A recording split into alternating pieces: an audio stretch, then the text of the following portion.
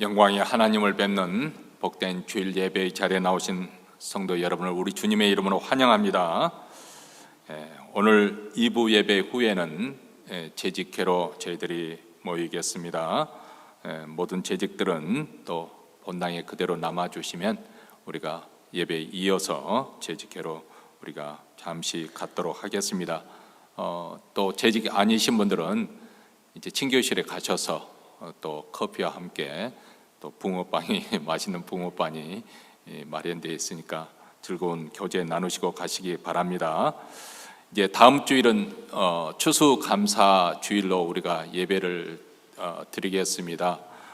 추수감사 주일 예배 드리고 또 이어서 또 교회에서 준비한 만찬을 우리가 함께 나눌 텐데 또 많이 또 초대해 주셔서 또 목장 식구들이 다 연락을 해 주셔서 우리 함께 기쁨으로 우리 감사 주일 예배 드릴 수 있게 되기를 바랍니다. 그리고 23일에는 저희가 매년 해왔던 행사가 이제 이런 절기 때는 또 홀로 계신 분들이 더 외롭지 않습니까? 이렇게 가족끼리 모이면은 더 즐거운 시간이 되겠지만은 홀로 계신 분들은 더 외로운 시간이기 때문에 그러면 집에 홀로 계시지 말고 교회에서 함께 우리가 교제하면서 즐거운 시간 갖자 해서 우리가 함기추 잔치라고 해서 해마다 준비해서 이렇게 즐거운 시간을 가지고 있는데요. 또 식사도 같이 하시고 또 끝나고 난 다음 또 오락도 같이 하시면서 우리 애롭지 않게 즐거운 시간을 함께 나눌 수가 있겠습니다. 그래서 또 주위에 교회 다니지 않으신 분들일지라도 여기는 초대할 수 있을 것 같아요. 오셔서 이렇게 함께 즐거운 시간 보낼 수 있도록 그렇게 많이 오시기 바랍니다. 지난주에 2024년 교회 달력이 목장별로 분배되었는데요. 오늘 예배 후에도 아직 목장에서 가져가지 않으신 분들은 목자나 부목자께서 가져가셔서 분배해 주시면 감사하겠습니다. 목장에 소속되지 않은 분들은 사무실로 오셔서 한 분씩 가져가시면 되겠습니다. 한 가지 슬픈 소식은 오늘 이른 아침에 우리 윤윤혜 집사님 남편 미선 나바로 씨가 그동안 암투병 하셨는데 세상을 떠나셨습니다. 그래서 제가 조금 전에 그 문상 예배 드리고 왔었는데 이제 또 유족들 장례 일정이 정해지면 차후에 강구할 예정입니다. 또 많이 여러분 또 기도해 주시고 위로해 주시면 감사하겠습니다. 이제 사도신경으로 우리 신앙을 하나님께 고백하심으로 11월 12일 주일 예배 우리 하나님께 드리겠습니다.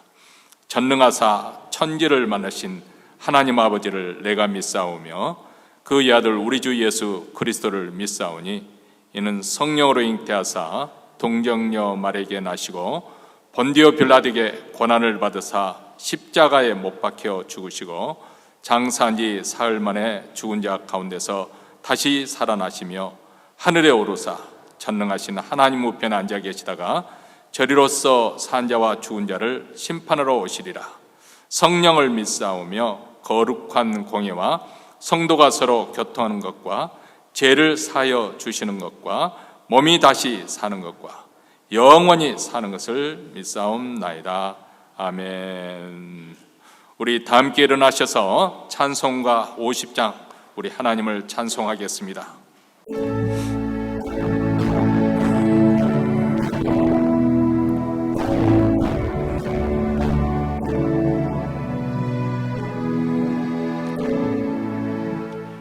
큰 영화로신 주 이곳에 오셔서 이 모인 자들로 주 백성 삼으사 그 중에 항상 계시고 그 중에 항상 계시고 큰 영광 나타내소서.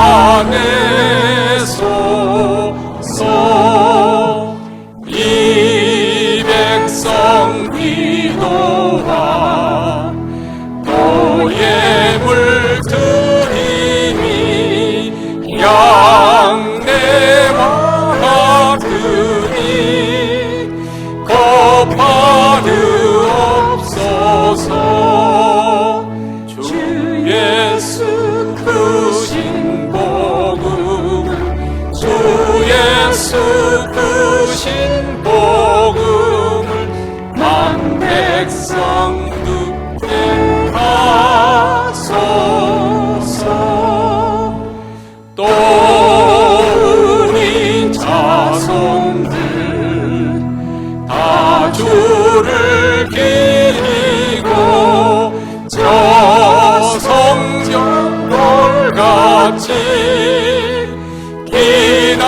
하게 하소서.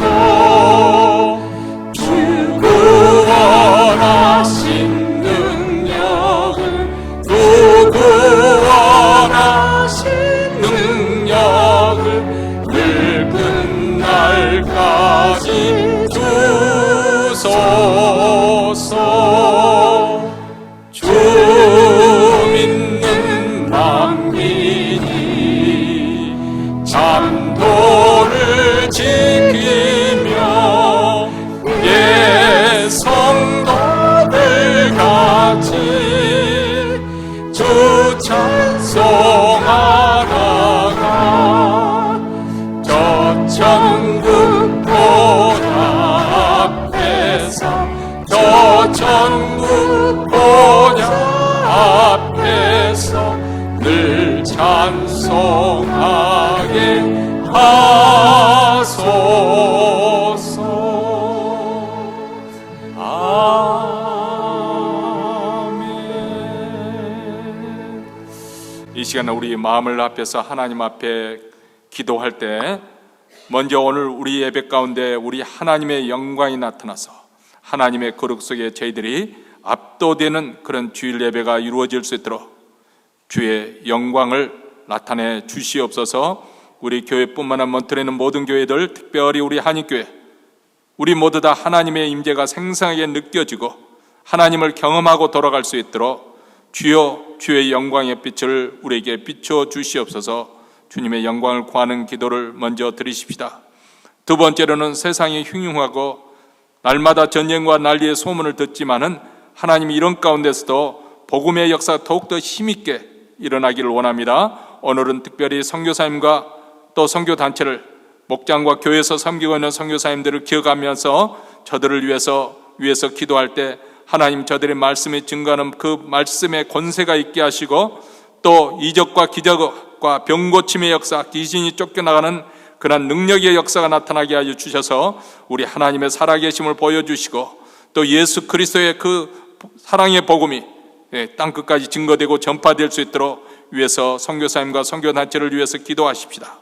또 세 번째로는 또 이 아침 우리 자신, 우리 가정에 간절히 소원하는 기도 제목을 한 가지 하나님께 아뢰면서 우리의 자녀를 위한 기도 제목이든지 우리 노후의 삶을 위해서 아니면 직장과 사업들을 위해서 현재 당면한 기도 제목을 하나님께 아뢰십시다. 특별히 우리 가운데 있는 함께하는 신앙생활하는 교우들 가운데 어려운 가정적으로 또 경제적으로 어려운 시련과 위기에 봉착한 성도들, 공경에 빠진 성도들 위해서 기도할 때, 또 병석에 누워 계신 분들, 암투병하신 분들, 또 사랑하는 이를 이렇게 소천하여 먼저 마음의 슬픔을 겪고 있는 가정의 위로와 평강이 함께하도록 이러한 기도 제목을 가지고 이 시간 다 함께 하나님 앞에 통성으로 기도하겠습니다. 자비로우시고 은혜로우신 하나님 아버지, 이렇게 복되고 또 화창한 날씨 속에 그리스도의 이름으로 주님 앞에 모이게 하시니 감사합니다. 그리스도의 피를 힘입어 은혜 보좌 앞에 나온 사랑하는 성도들, 오늘 또 하나님의 영광이 나타나서 저희들을 압도하여 주시옵시고, 그 거룩에 사로잡히는 축복된 주일 예배, 우리 예배가 하나님께 연락되는 그런 주일 예배가 들어지기를 원합니다. 우리 교회뿐만 아니라 몬트레는 모든 교회들, 특별히 한인교회, 주여 주의 영광의 임재 속에 하나님의 임재가 생생하게 느껴지게 하시고, 하나님의 살아계심을 깨달아주고 하나님을 경험하고 돌아갈 수 있는 그런 은혜의 시간이 되어지기를 원하오니, 주여 주의 영광의 빛을 저희들의 마음에, 우리의 어둠 속에 마음속에 있는 모든 것들을 다 쫓아내 주시옵시고, 하나님의 밝음으로 빛으로 가득 채움을 받는 축복의 시간이 되기를 원하오니, 주여 주의 영광을 나타내 주시옵소서. 우리로 하여금 하나님의 영광을 보게 하여 주시옵소서. 하나님의 임원들이야 하나님께서 복음의 역사가 일어나기를 원합니다. 전쟁과 난리 가운데서도 하나님의 복음의 역사가 중단되지 아니하고 땅끝까지 복음이 증거되게 하시고, 우리 북한 동북까지 증거되게 하여 주시옵기를 원합니다. 특별히 저희 교회에서 섬기고 있는 선교사님들과 아버지 하나님의 또 아버지 선교단체를 5대양 6대주의 아버지의 복음의 역사가 활발하게 일어나게 하여 주시고, 말씀의 권세와 능력을 주시고, 아버지 이적의 역사가 나타나게 하여 주셔서 주 예수 그리스도의 복음으로 아버지 그 지역이 변화되게 하시고 그 사회가 변화되게 하시고 그 나라와 그 민족이 예수 그리스도의 복음으로 새롭게 변화되는 아름다운 붕의 역사가 아버지 우리 선교사님들을 통해서 일어나게 하여 주시옵기를 원합니다. 하나님, 이 아침에 우리 사랑하는 성도들 간절한 소원하는 기도 점을 가지고 하나님 앞에 나왔습니다. 자녀를 위해서든지 우리 직장과 사업들을 위해서든지 우리의 장래 소원하는 바를 하나님께 아뢰며 하나님께 감사함으로 아뢰입니다. 하나님 아버지, 이 모든 문제, 주여 막혔던 문제가 풀어지게 하여 주시옵소서. 아버지, 곧된 것도 뚫어주고 풀어주는 귀한 역사가 나타나기를 원합니다. 특별히 병성에 누워 계시는 여러 아픈 성도들 우리 하나님 오늘도 위로하시며 공부하시며 우리 하나님의 치유의 역사가 일어나기를 원합니다. 상한 10년 가운데 아버지 하나님 사랑하는 이를 이별하는 가정에도 우리 하나님 은혜를 자비를 베풀어 주시옵시고 아버지 방생에 바깥에 출입하기론 우리 권사님 금을 주께서 축복하여 주시옵기를 간절히 원하고 기다오니 우리 하나님 오늘도 주께서 아버지 하나님 이렇게 아픈 자들을 위로하시고 공부하시고 어려운 문제에 봉착한 자를 아버지 하나님 주께서 아버지 하나님이 힘을 주셔서 한글의 그 미련 시련을 다 극복할 수 있도록 우리 하나님의 선하심을 아는 축복된 이 시간 주님의 임재가 충만한 그러한 예배 이루어지게 하여 주시옵기를 간절히 원하고 기도하옵나이다. 하늘에 계신 우리 아버지여, 이름이 거룩히 여김을 받으시오며 나라의 임하옵시며 뜻이 하늘에서 이룬 것 같이 땅에서도 이루어지이다. 오늘날 우리에게 일용할 양식을 주옵시고 우리가 우리에게 죄인 자를 사하여 준 것 같이 우리 죄를 사하여 주옵시고 우리를 시험에 들게 하지 마옵시고 다만 악에서 구하옵소서. 대개 나라와 권세의 영광이 아버지께 영원히 싸움나이다. 아멘. 오늘 우리에게 주신 하나님의 말씀은 로마서 8장입니다. 로마서 8장 35절부터 39절 말씀 우리 다 같이 한 목소리로 읽겠습니다. 누가 우리를 그리스도의 사랑에서 끊으리요? 환난이나 공고나 핍박이나 기근이나 적신이나 위험이랴 칼이랴 기록된 바 우리가 종일 주를 위하여 죽임을 당케 되며 도살할 양같이 여김을 받았나이다 함과 같으니라. 그러나 이 모든 일에 우리를 사랑하시는 이로 말미암아 우리가 넉넉히 이기느니라. 내가 확신하노니 사망이나 생명이나 천사들이나 권세자들이나 현재일이나 장래일이나 능력이나 높음이나 기쁨이나 다른 아무 피조물이라도 우리를 우리 주 그리스도 예수 안에 있는 하나님의 사랑에서 끊을 수 없으리라. 아멘. 세상 사람들이 교회나 또 성도들을 바라볼 때 정말 하찮게 여겨질 수가 있을 것 같습니다. 사실 교회는 자기의 생존과 방어를 위해서 어떤 무기를 아니면 어떤 세상적인 권세를 가지고 있지 않습니다. 말 그대로 때리면 맞아야 될 것이고 또 감옥에 넣으면 감옥에 들어가야 될 것이고 그리고 죽이면 죽을 수밖에 없는 것이 교회입니다.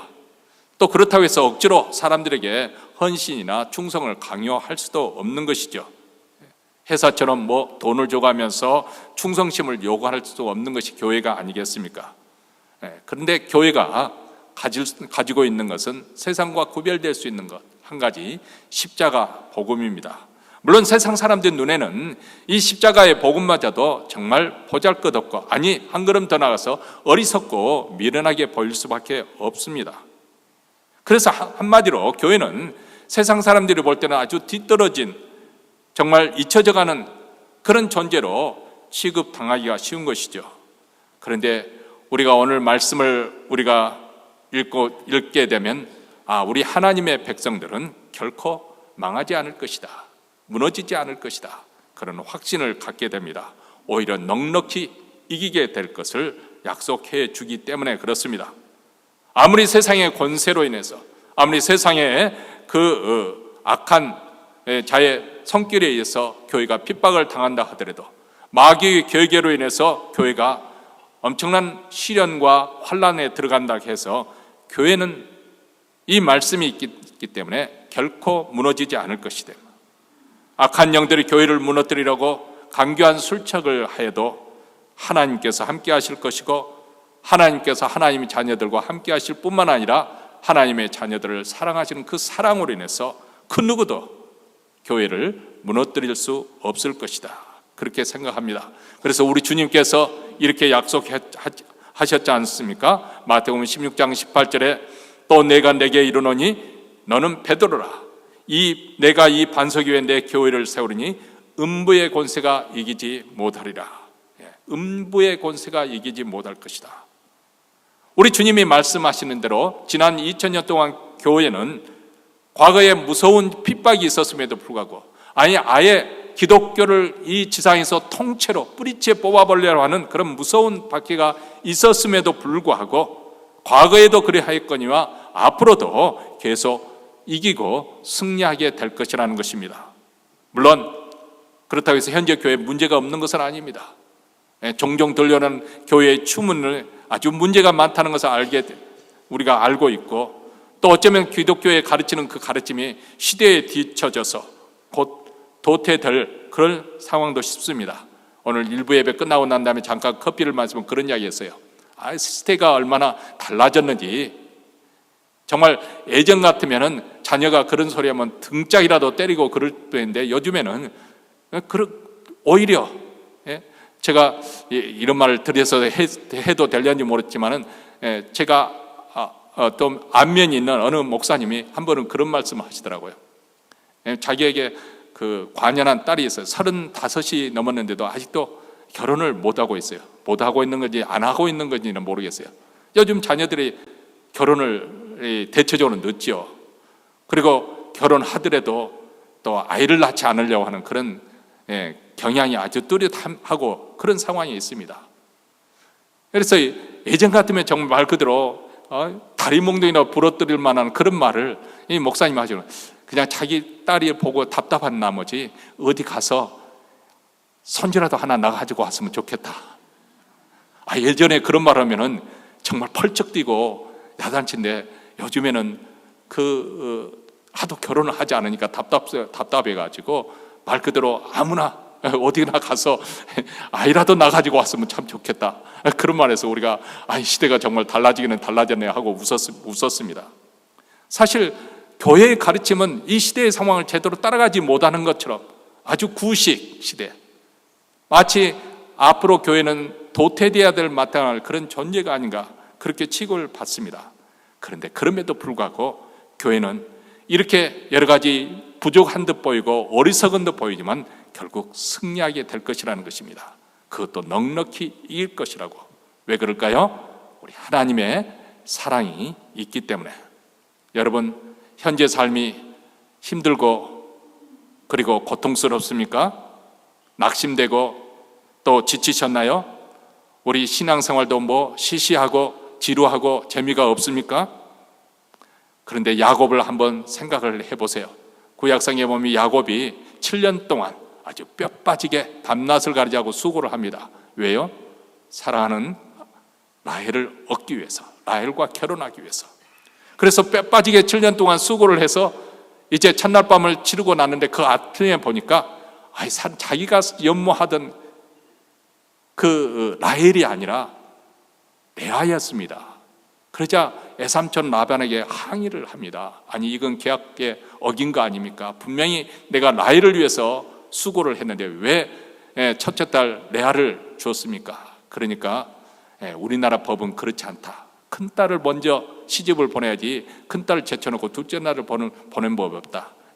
네가 더 7년을 수고하면 둘째 딸도 주겠다. 그래서 둘째 딸을 그 라헬을 얻기 위해서 또 7년을 봉사를 합니다. 그런데 성경에 보면 이 대목을 아주 낭만적으로, 정말 성경에 이런 대목이 있을까 싶을 정도로 낭만적으로 표현하고 있습니다. 야곱이 라헬을 사랑한 나머지 그 7년을 수일처럼 여겼다고 그렇게 성경은 기록하고 있어요. 그 고통스러운, 밤낮 가리지 않고 일을 해야 하는 그 고통스러운 시간을 며칠이 지나는 것, 고생하는 것처럼 그렇게 여겼다는 것이죠. 사랑이 이렇게 놀라운 삶의 온천이자 에너지를 준다는 것입니다. 그런데 하물며 하나님의 사랑이야 말해 무엇 하겠습니까? 우리는 이런저런 문제가 해결되었으면 좋겠고, 오늘 이 아침에도 우리가 기도를 했지 않습니까? 건강의 문제가 해결되었으면 좋을 것 같고, 직장과 사업에서 성공했으면 좋을 것 같고, 무엇보다도 돈이 많았으면 좋을 것 같습니다. 그런데 그것도 다 중요한 것이지만은 그렇다고 해서 그것으로 우리의 인생의 문제가 다 해결되는 것은 아니라는 것을 우리는 알고 있죠. 어쩌면 우리에게 진짜 필요한 것이 있는데 그것은 바로 하나님의 사랑입니다.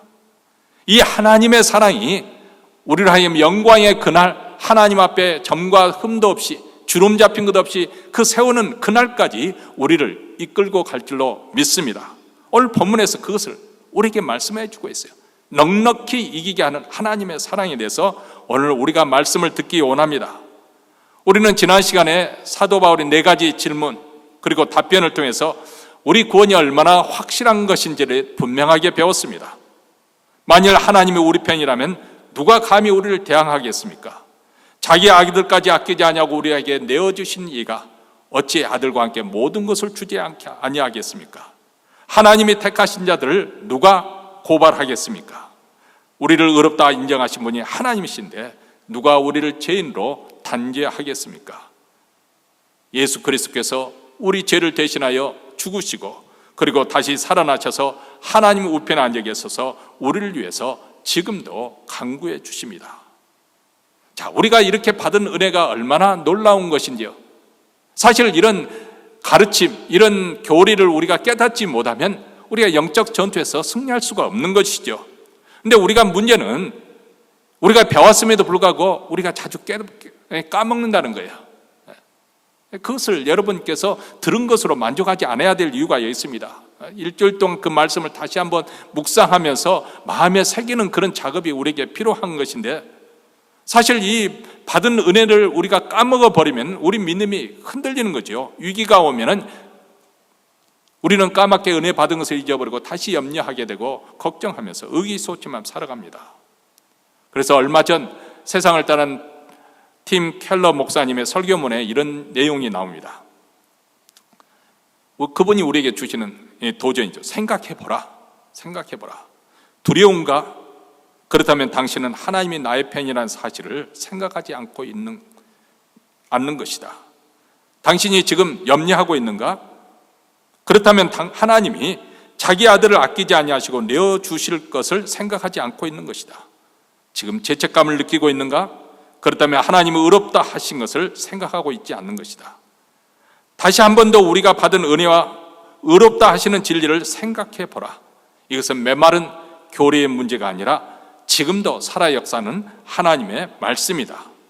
만약 이 말씀을 받고도 여전히 당신이 강력한 확신과 능력 가운데 살지 못하고 있다고 한다면 당신은 아직도 제대로 능력의 말씀을 이해하지 못하고 있는 것이다.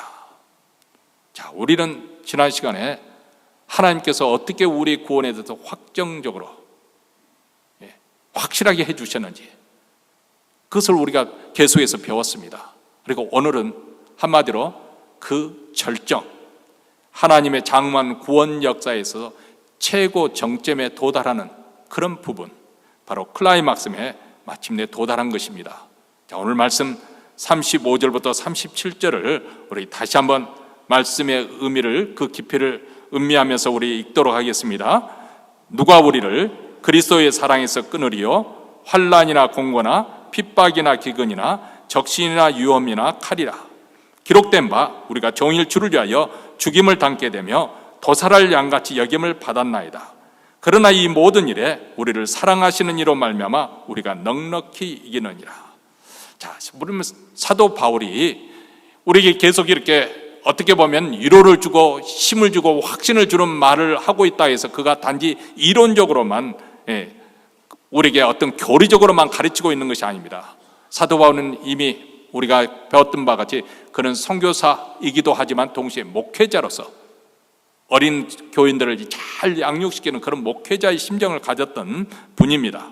그렇기 때문에 그 어린 신자들이 현실 속에서 우상이 팽배하는 그 현실 속에서 참되고 살아계신 하나님을 믿는다는 것이 얼마나 어려운 것인가, 그들이 직면해야 될 그 위험에 대해서 너무나도 잘 알고 있고, 아니 본인 자신이 그런 어려운 그런 환난과 시험 속에서 살아왔었죠.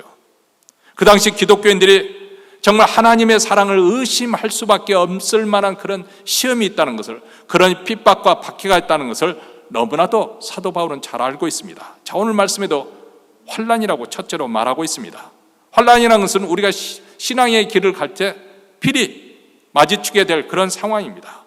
영적 싸움이 일어나는 현장에서 우리가 살아가기 때문에 이 환난을 피할 길이 없습니다.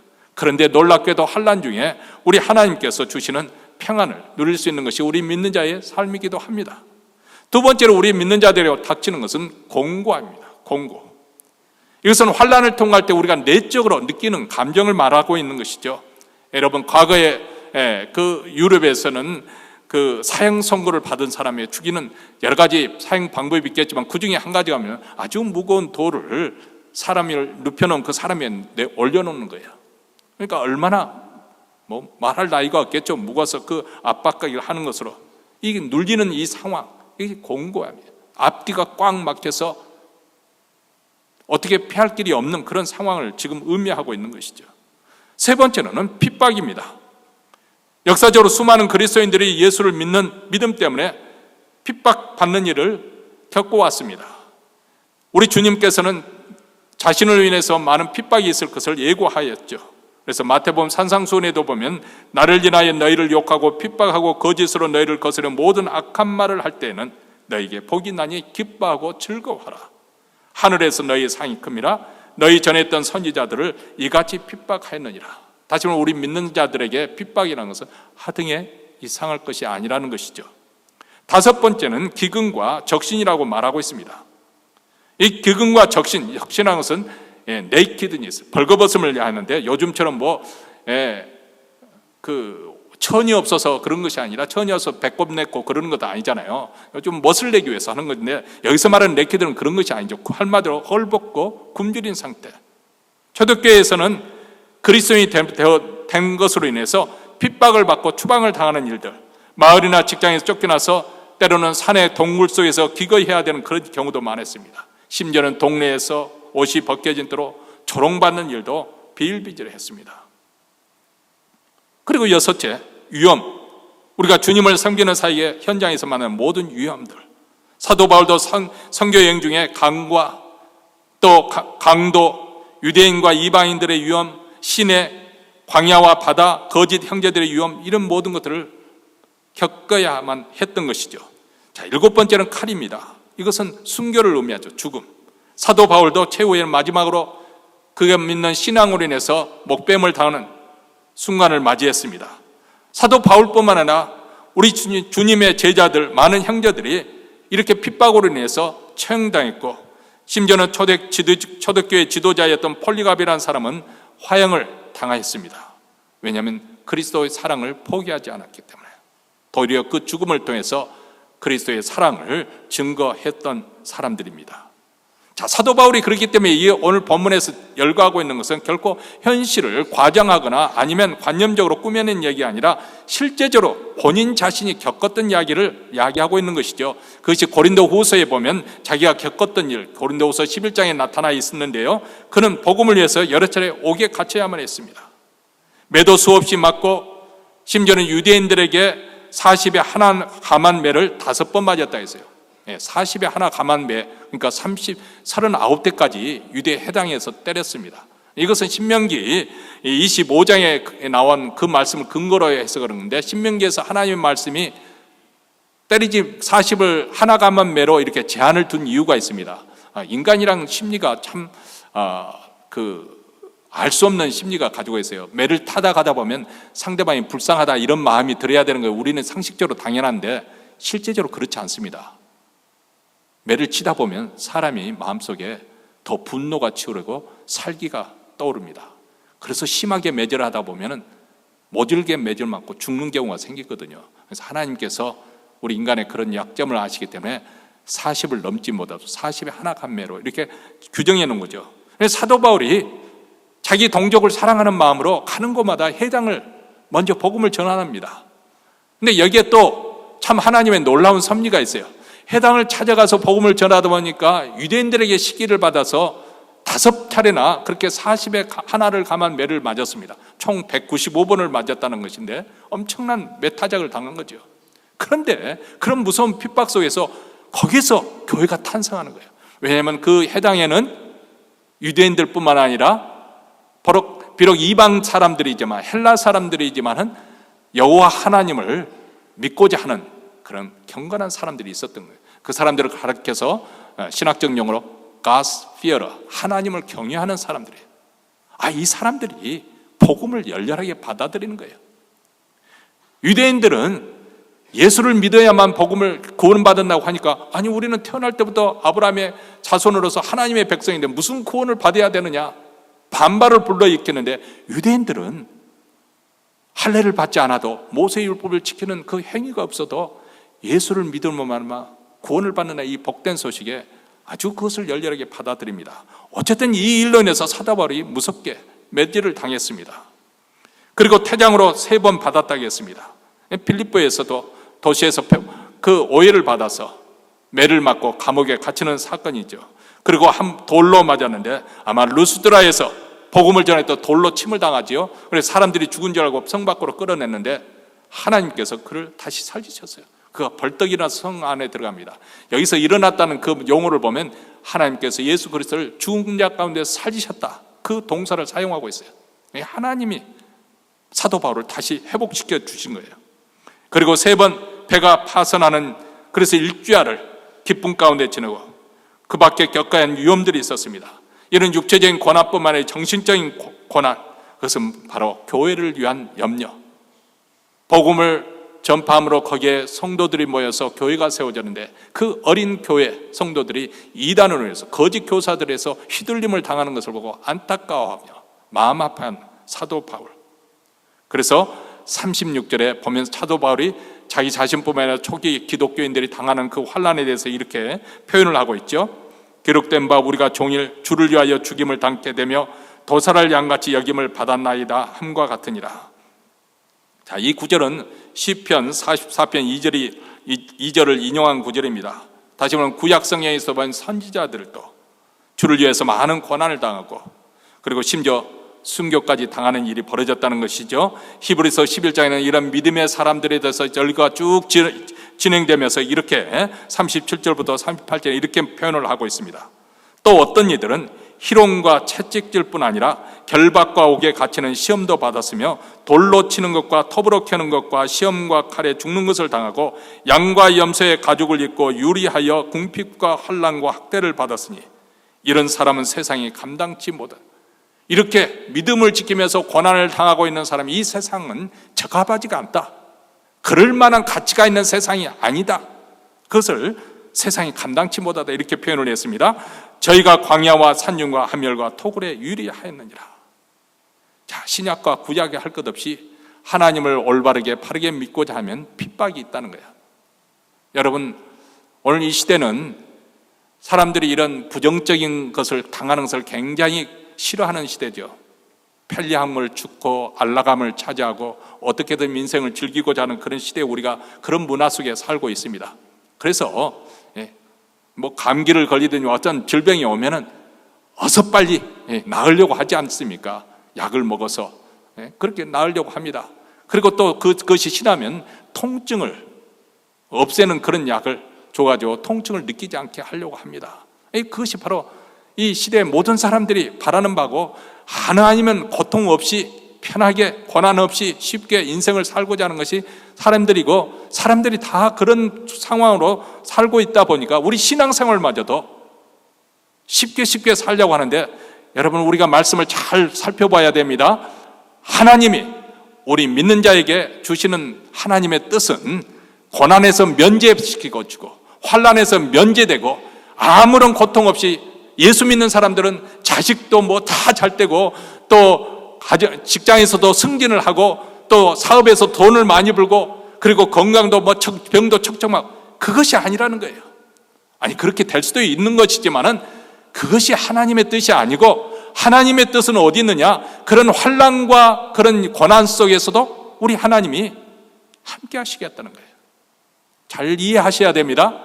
환난과 고난에서 우리를 면제시키는 주는 것이 하나님의 뜻이 아니고, 비록 우리 믿는 사람들도 환난을 당할 수가 있습니다. 고난을 겪을 수가 있어요.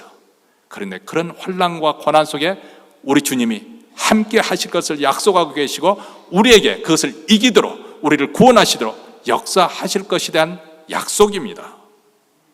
다시 말하면 우리가 신약 성경의 지난 2000년 기독교 역사를 살펴봐도 그 많은 사람들이 신앙으로 인해서 고난을 당하고 심지어는 순교를 당했습니다.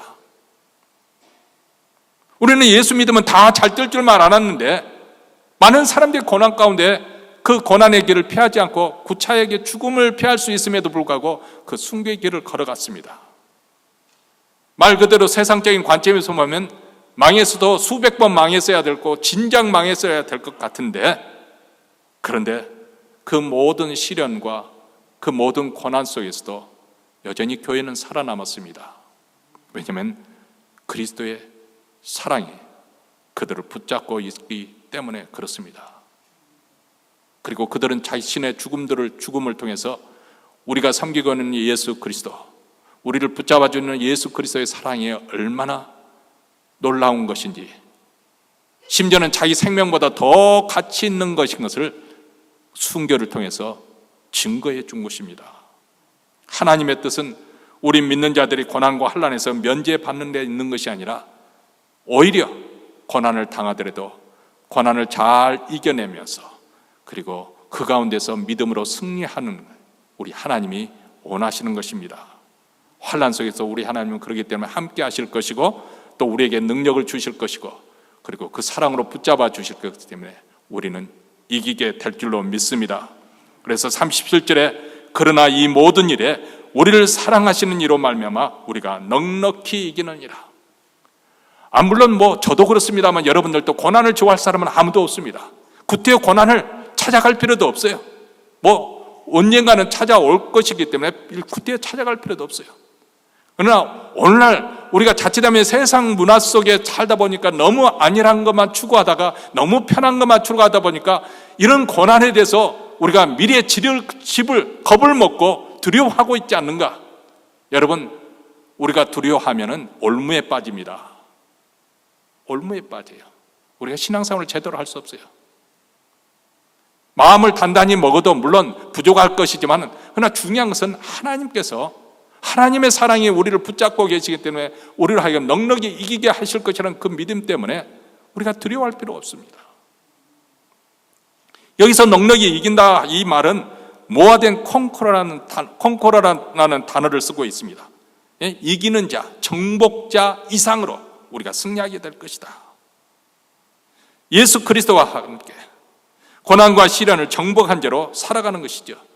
우리 주님께서 무시당하고 버림받고 미움을 당하고 죽음을 맛보았지만은 그분은 제3일에 다시 살아나셨습니다.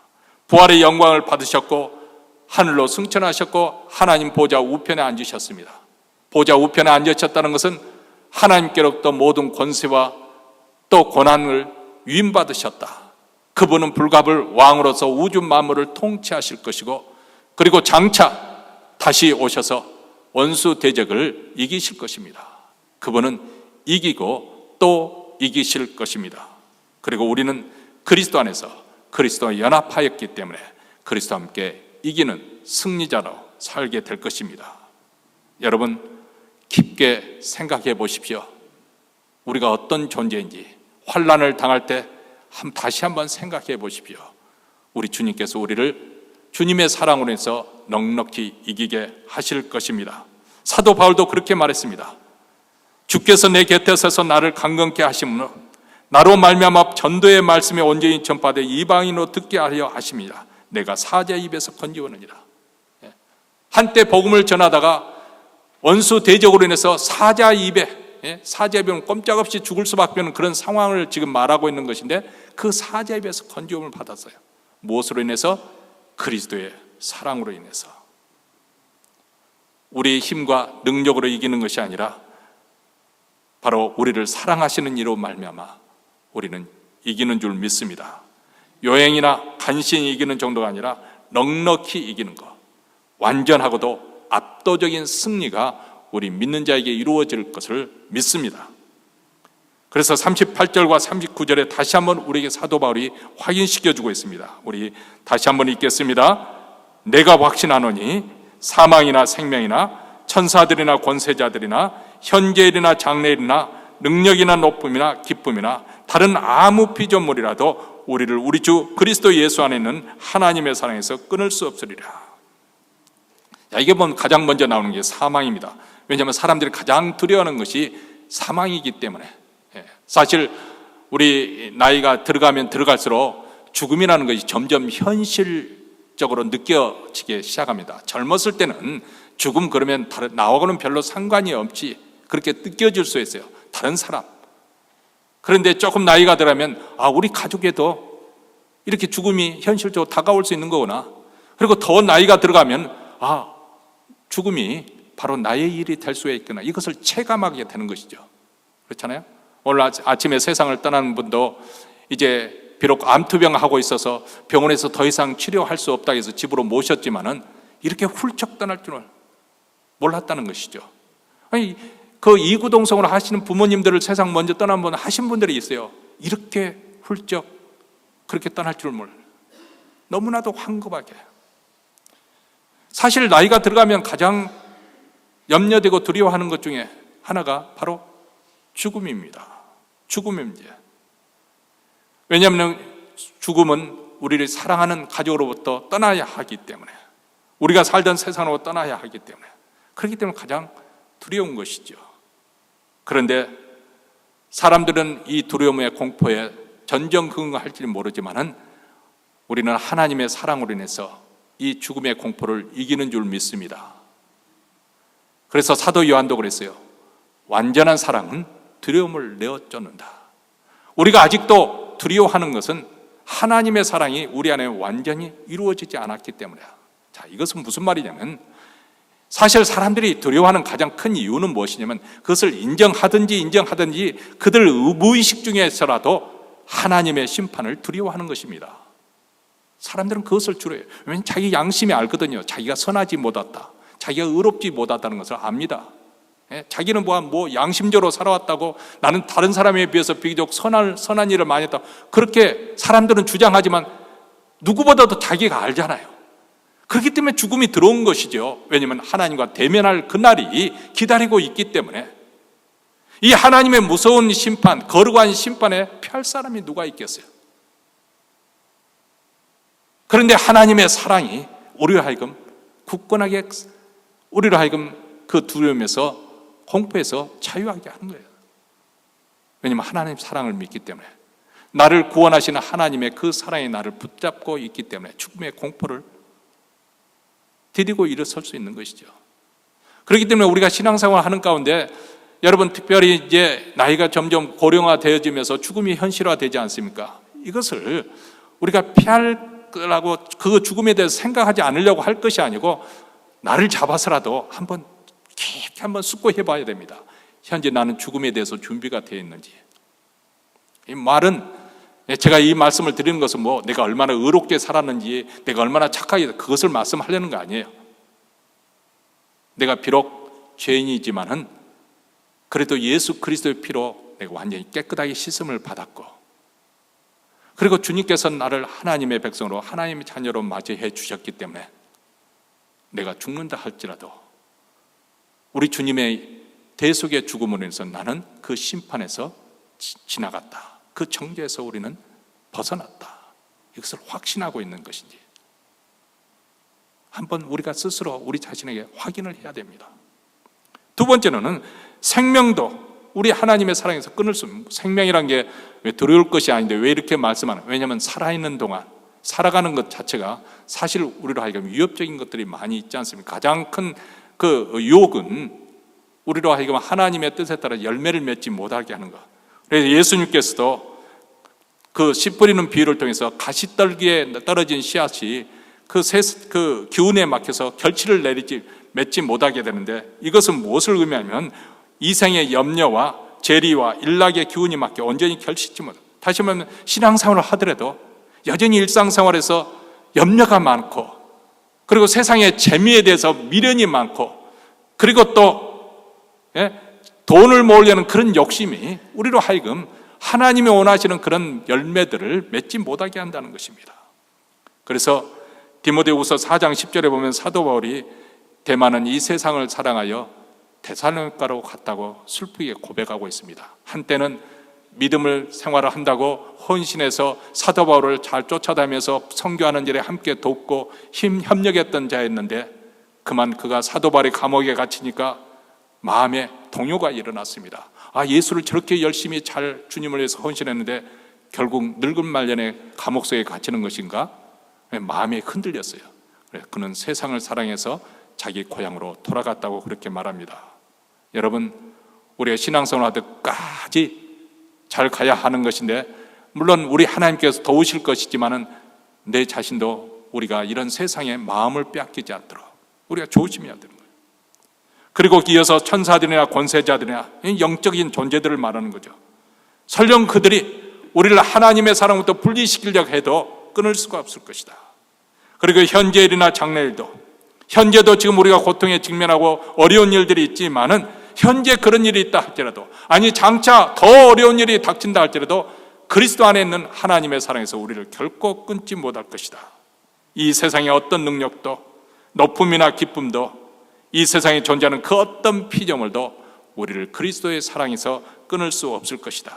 아니, 우리가 한 걸음 더 나아가서 우리가 이전에 배웠던 것처럼 오히려 이 모든 것들이 합력해서 하나님께서는 선을 만들어내신다. 이것이 하나님의 사랑이라는 거예요. 하나님의 부르심을 받은 자, 하나님을 사랑하는 그 사람에게는 이 모든 것이 다 합력해서 선을 이룰 것인데, 그 선이 무엇이냐? 우리가 더 예수 그리스도를 닮은 하나님의 후사가 될 것이고, 그래서 우리가 하나님의 나라를 유업으로 받게 될 것이다. 여러분, 요셉이 감옥에 노예로 팔려가서 감옥에 갇히기도 하였지만은, 그러나 그것이 바로 오히려 하나님의 뜻을 이루는 통로가 되지 않습니까? 모든 것이 합력해서 선을 이루게 된 것은 하나님의 사랑이 끊겨지지 않았기 때문에. 다니엘이 사자굴에 던져졌지만 하나님의 사랑에서 그를 끊을 수가 없었습니다. 다니엘의 세 친구도 사드락, 메삭, 아벳느고도 불 속에 풀무불에 던져졌지만은 불꽃이 그들을 사라지지 못하게 했던 것은 하나님의 사랑에서 그들을 끊을 수가 없었기 때문에. 그 당시 가장 막강한 왕이었던 느부갓네살 왕이 7번이나 평소보다 더 뜨겁게 해서 풀무불에 집어 던져 넣었지만은 그들을 하나님의 사랑에서 끊을 수가 없었습니다. 이것이 바로 우리의 믿음입니다. 우리가 자신이 없다 하는 것, 우리 자신을 보면 자신이 없습니다. 확신이 없습니다. 그런데 하나님이 우리를 그렇게 사랑하신다는 것입니다. 현재 우리 육신에 병이 들어있고 영적으로 침체에 빠져있고 삶이 권태롭고 가정생활이 힘들고 고통스러워도 직장이 불안정해도 사실 우리 인간이 이런 현실 앞에서 얼마나 무력한지, 이것을 뒤엎을 만한 그런 힘이 있다면 염려하지 않겠죠. 우리가 염려하는 것은 이런 문제가 있어도 해결할 힘이, 능력이 없기 때문에 염려하는 거 아니겠습니까? 또 그뿐만 아닙니다. 우리 인간이라는 존재가 얼마나 제 그 한 문제를 해결해주면서 일생 동안 허우적거립니까? 나쁜 습관 하나 끊어지지 못해서 늘 잔소리를 듣고 사는 것이 우리 불쌍한 남자들 아닙니까? 사실 생각을 해보세요. 이 광활한 우주 속에 나라는 존재가 어떤 존재인지 얼마나 미미합니까? 내가 아무리 고민하고 고통 속에서 몸부림을 친다 하더라도 이 우주 속에 나를 알아줄 사람이 누가 있겠습니까? 이 세상에 누가 나를 불쌍히 여겨주겠습니까? 설령 내가 오늘 밤 세상을 떠난다 할지라도 이 세상은 내일 아무 일도 일어나지 않은 것처럼 해는 여전히 동에 서서 서로 지게 될 것입니다. 세상 일은 여전히 톱니, 기계바퀴 톱니처럼 여전히 맞물려서 나 없이도 잘 또 돌아가게 될 것입니다. 여러분, 우리의 존재라는 것은 이렇게 미미한 존재, 보잘것없는 존재입니다. 그런데 오늘 말씀을 한번 붙들고 한번 깊게 생각해 보십시오. 묵상해 보십시오. 숙고해 보십시오. 우리에게 보여주신 그 하나님의 사랑의 그 경지에 깊이 한번 들어가 보십시오. 그 사랑에 한번 우리가 압도당해 보십시오. 그러면 우리 자신도 모르는 사이에 이런 말이 우리 입술에서 나올 것입니다. 맞아, 지금 내가 아무리 힘들어도 나는 염려할 것 없어. 우리 하나님께서 결코 날 버리지 않으실 거야. 나를 지켜주실 거야. 하나님이 이토록 나를 사랑하시는데 하나님이 나를 내버려 둘 리가 없지. 그래, 나는 두려워하거나 불안해할 필요가 없어.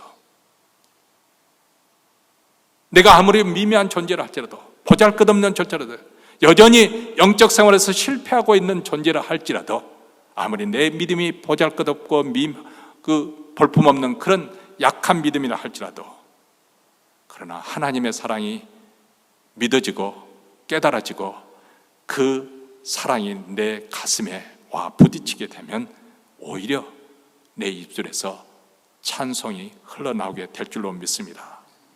이 사랑이 있으면 이 세상에서 조금 부족해도 상관없습니다. 몸이 불편하면, 아프면 좀 불편한 대로 살아가는 거죠. 가난하면 좀 불편하지만 가난한 대로 살아가는 거예요.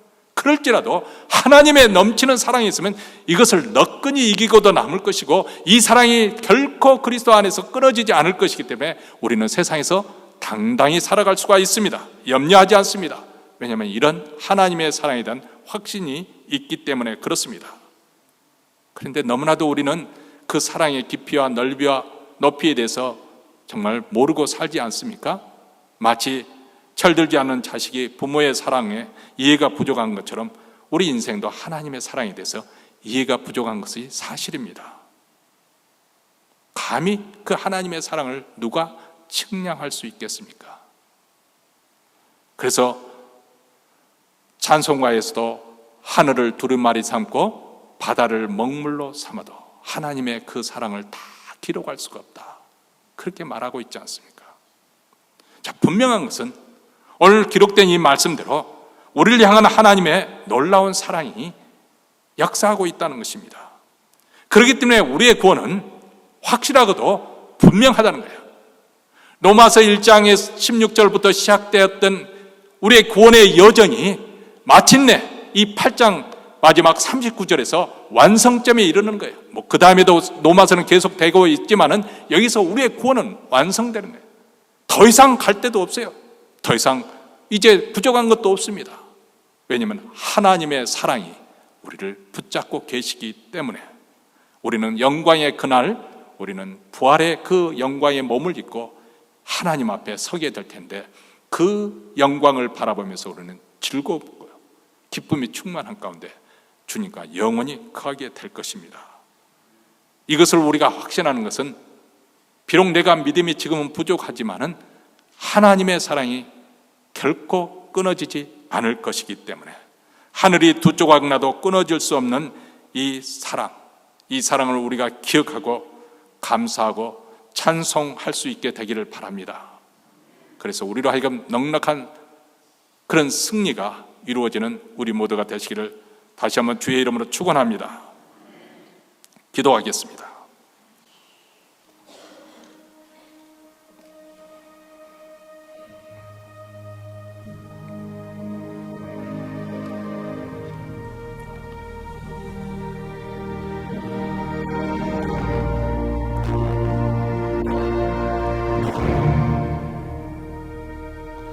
하나님 아버지, 하나님의 영원한 그 영광과 거룩 앞에서 우리 인생 얼마나 누추하고 초라하고 비천하고 비루한지 모르겠습니다. 우리가 자랑하는 의인은 정말 헌 누더기 같고 하나님 앞에 한없이 부끄럽고 수치스러운 존재인데, 그런 우리를 그리스도 안에서 끌어올리셔서 예수 그리스도와 함께 우리를 하나님 나라의 후사로 삼으시고 하나님의 자녀로 삼으셨습니다. 여전히 우리는 부족하고 연약하고 믿음도 작지만은, 그러나 여기까지 인도하신 하나님의 사랑이 있기 때문에, 그리고 그리스도 안에서 이 사랑이 결코 끊어지지 않을 것이기 때문에 결국 우리는 승리하게 될 것이고 우리는 넉넉히 이기게 될 줄로 믿습니다. 하나님,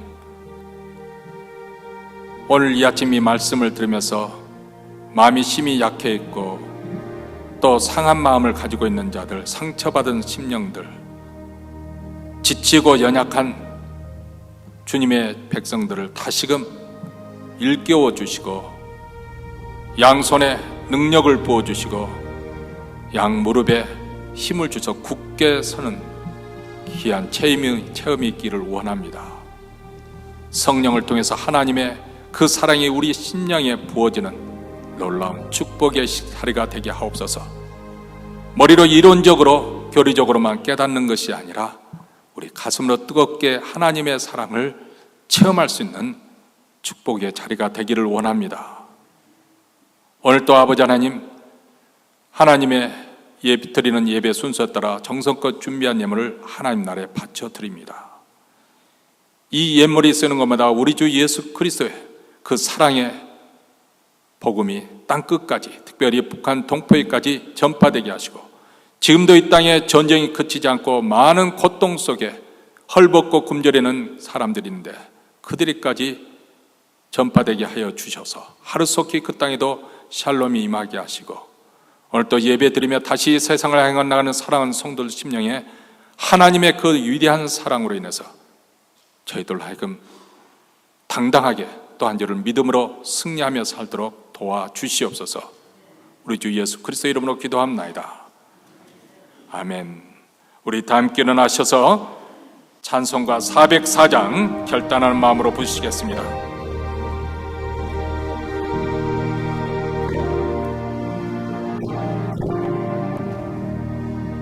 그 크신 하나님의 사랑 말로 다여 영원하네. 저 높고 높은 별을 넘어 이 낮고 낮은 땅 위에 재범한 영원 구하려 그 아들 보내사 화목제로 삼으시고 죄 용서하셨네. 하나님 크신 사랑은 증량다 못하며 영원히 변치 않는 사랑 성도여 찬양하세.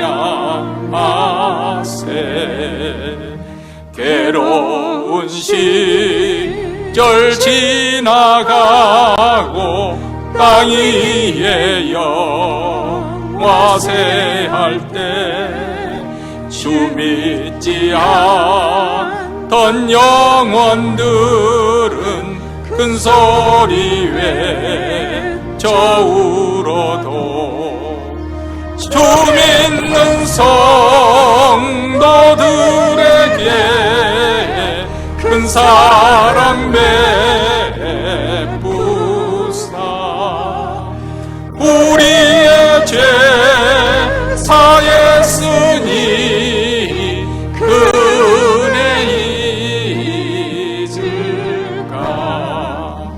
하나님 크신 사랑은 증량다 못하며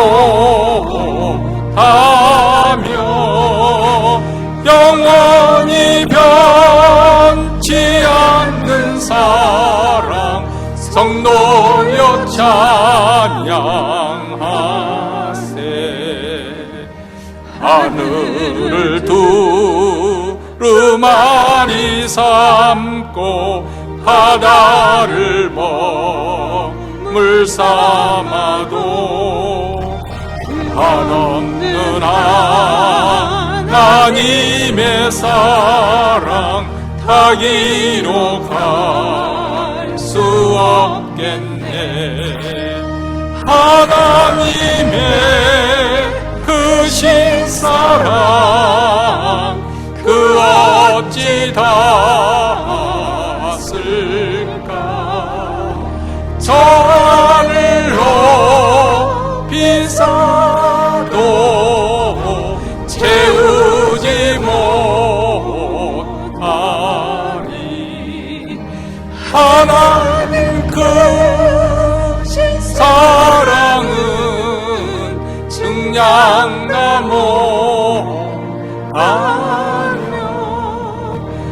영원히 변치 않는 사랑 성도여 찬양하세.